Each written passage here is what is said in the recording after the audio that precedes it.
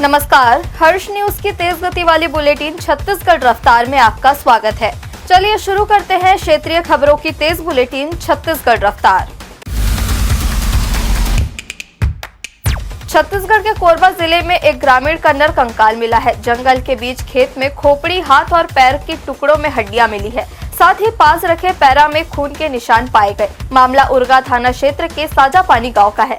मिली जानकारी के मुताबिक मृतक की पहचान बुधवार सिंह के रूप में की गई है, जो पंचायत चुनाव से एक दिन पहले 22 फरवरी को लापता हो गया था। परिजनों ने हर जगह तलाश की, लेकिन कहीं पता नहीं चल सका। घटना स्थल पर मिले सबूतों से मामला संदिग्ध लग रहा है। हड्डियां टुकड़ों में अलग अलग जगह मिली है। पास में खून के निशान मिले हैं। थाना प्रभारी ने बताया, फॉरेंसिक एक्सपर्ट्स को बुलाया गया था। फॉरेंसिक एक्सपर्ट्स ने सबूत जुटाए हैं। फिलहाल पुलिस मामले की तहकीकात में जुट गई है और पोस्टमार्टम रिपोर्ट आने के बाद ही मौत की असल वजह सामने आएगी।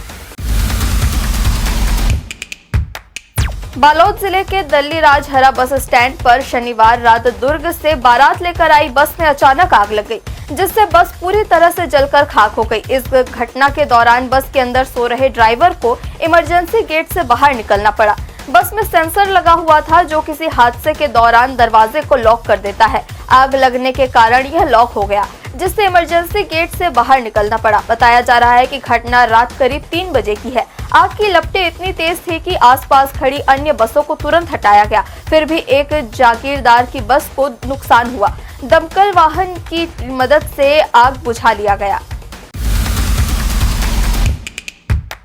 गौरेला पेंड्रा मरवाही जिले की सबसे ऊंची पर्वत चोटी राजमेरगढ़ में आकाश दर्शन कार्यक्रम का आयोजन किया गया। जिला प्रशासन के सहयोग से आयोजित इस कार्यक्रम में रायपुर से आए खगोल वैज्ञानिकों ने प्रतिभागियों को खगोलीय पिंडों की जानकारी दी। विज्ञान कार्यकर्ता पीसी रथ और अजय भोई ने 10 इंच के न्यूटोनियन रिफ्लेक्टर टेलीस्कोप से शुक्र ग्रह का अवलोकन कराया। उन्होंने रात में आकाश में सबसे तेज चमकने वाले तारे साइरस की पहचान कराई। साथ ही यह भी स्पष्ट किया कि ध्रुव तारा सबसे तेज नहीं चमकता। दुर्ग ग्रामीण विधानसभा क्षेत्र के लोग मनमाने तरीके से हो रहे अवैध मुरुम उत्खनन को लेकर परेशान हैं। ग्रामीणों का आरोप है कि यह कार्य बड़े भाजपा नेता के शह पर हो रहा है। दुर्ग ग्रामीण विधायक और खनिज विभाग शिकायत के बाद भी इस पर ध्यान नहीं दे रहे हैं। ग्रामीणों का कहना है कि अब वो इसके विरोध में बड़ा आंदोलन करेंगे। आपको बता दें कि केंद्र सरकार की सबसे बड़ी रोड परियोजना भारतमाला दुर्ग जिले से होकर गुजर रही है। इसके तहत यहाँ 6 लेन बनाया जा रहा है। इस 6 लेन के लिए काफी बड़ी मात्रा में फ्लाई ऐश और मुरुम की डिमांड है। इसके चलते यहाँ मुरुम सप्लाई करने के लिए खनिज माफिया सक्रिय हो गए हैं। छत्तीसगढ़ में भारतमाला परियोजना के तहत कई किसानों को उनकी अधिग्रहित भूमि का अब तक मुआवजा नहीं मिल सका है। मुआवजा न मिलने के सवाल पर राजस्व मंत्री ने कहा कि भारतमाला परियोजना बहुत बड़ी परियोजना है। भू अर्जन की प्रक्रिया में गड़बड़ी हुई है। इस मामले में जांच हुई है, जिसमें अधिकारियों की संलिप्तता पाई गई है।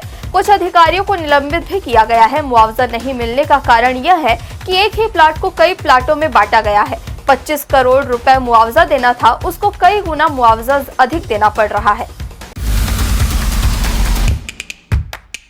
छत्तीसगढ़ में 3 मार्च को साय सरकार अपना दूसरा बजट पेश करने वाली है। इस बार के बजट में प्रदेशवासियों को कुछ राहत मिलने वाली है। खेल व राजस्व मंत्री टंकराम वर्मा ने बातचीत में कहा कि साल 2047 तक देश को विकसित बनाना है। इस बार का बजट जन कल्याणकारी वाला बजट होगा, सर्वांगीण विकास वाला बजट होगा। उन्होंने राज्य में खिलाड़ियों को बढ़ावा देने और राजस्व को लेकर भी चर्चा की।